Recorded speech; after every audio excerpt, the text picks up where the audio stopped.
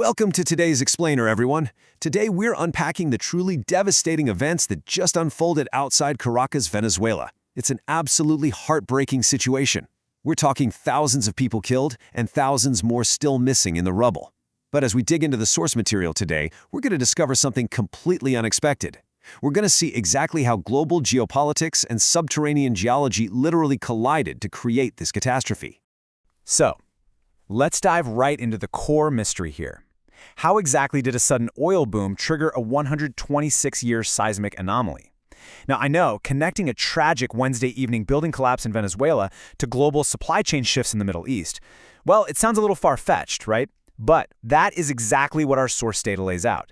We're going to map out how human industry intersected with natural fault lines to produce a tragedy of this massive scale. Section 1. Devastation in Caracas.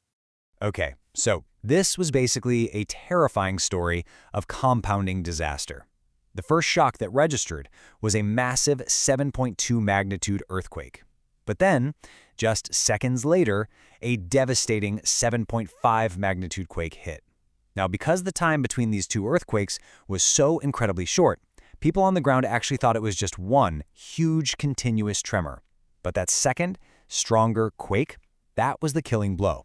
It brought down buildings that had quite literally just been weakened seconds before.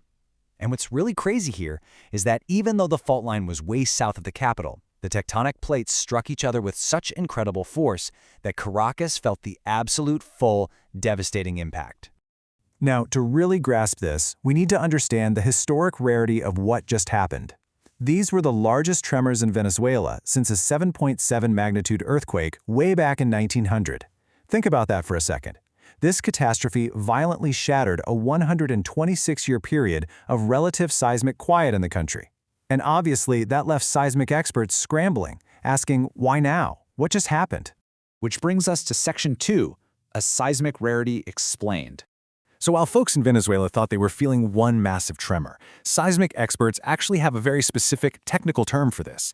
They call them doublet earthquakes, or twin quakes. Basically, that just means two major earthquakes happening within a minute of each other.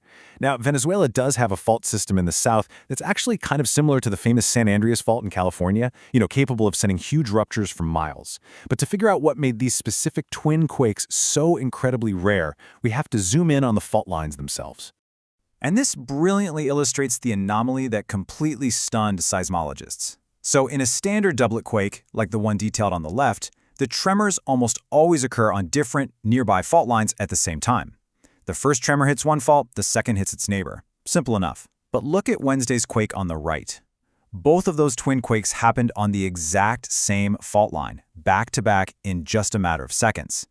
Experts quickly deduced that highly unusual, basically unprecedented circumstances had to be at play here. It wasn't just standard tectonic tension. Something else absolutely had to push that specific fault over the edge. Moving to Section 3, the geopolitical oil boom. Let's look at this timeline to see how the whole thing builds because, wow, this is where the story takes a massive turn. In January of this year, Venezuelan President Nicolas Maduro was captured by U.S. forces. Right after that, the U.S. initiated plans to resume oil drilling in Venezuela, which, by the way, holds the single largest oil reserves in the entire world. Fast forward a bit, 4 months ago, the Strait of Hormuz in the Middle East gets blocked, essentially trapping oil tankers there. This massive global supply chain bottleneck forced the world to desperately look somewhere else for energy. The result of all that? Over the past 5 months, the U.S. exported almost $8 billion of Venezuelan oil just to meet that sudden, massive global demand. Now, the source material actually uses some pretty charged language to describe this geopolitical shift, stating that the world began, quote, buying the Venezuelan oil that was stolen by the U.S. But regardless of the framing, the underlying data points to one very clear fact. An unprecedented, totally massive rush for oil extraction happened in Venezuela over a very short time window directly because of these global events. Section 4. Drilling and fault lines. Okay, let's break down the actual mechanical mechanism of this disaster.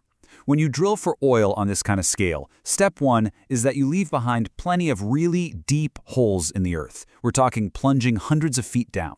Then, moving to step 2, these abandoned holes naturally start filling up with water. In step 3, that sheer volume of water flows deep, deep underground. And finally, step 4, that subterranean water literally lubricates the fault lines. According to the source material, this outside circumstance of rushed oil drilling provided the exact lubrication needed to trigger those highly unusual back-to-back earthquakes on that one southern fault line. Basically, human industrial activity greased the wheels for natural disaster. And look, this isn't just some wild, isolated theory. There is a very clear precedent for this. If we look at the data for historical earthquakes measuring a 3.0 magnitude or greater, the source explicitly highlights that since 2010, major quakes in Western Canada have been caused exclusively by oil and gas operations. Exclusively. So, the data establishes a really well-documented link here between aggressive resource extraction and major seismic events. Section 5. The infrastructure collapse. Of course, the destruction was severely amplified by a series of human errors, basically a Swiss cheese model of failure, where everything that could go wrong did. Builders in Caracas have been erecting these massive buildings directly on unstable sand right along the coast of the Caribbean Sea. On top of that, there was a severe lack of construction designs meant to actually absorb tremor energy. And, tying it all back to our timeline, that sudden oil boom over the first half of the year, it led to incredibly rapid, totally rushed building construction. So you have rushed urbanization sitting on unstable sand, built with inadequate codes, sitting directly in the path of a geographically magnified twin quake. Just a perfect storm for tragedy. So, as we wrap up today's explainer, I want to leave you pondering this absolutely vital question. What is the true cost of rapid resource extraction and urbanization when human industry intersects with the raw forces of nature? It's a stark, frankly heartbreaking reminder of the incredibly delicate and sometimes deadly balance between our global supply chains and the very earth beneath our feet. Thank you so much for joining me for this analysis. Keep questioning, keep learning, and I'll catch you in the next explainer.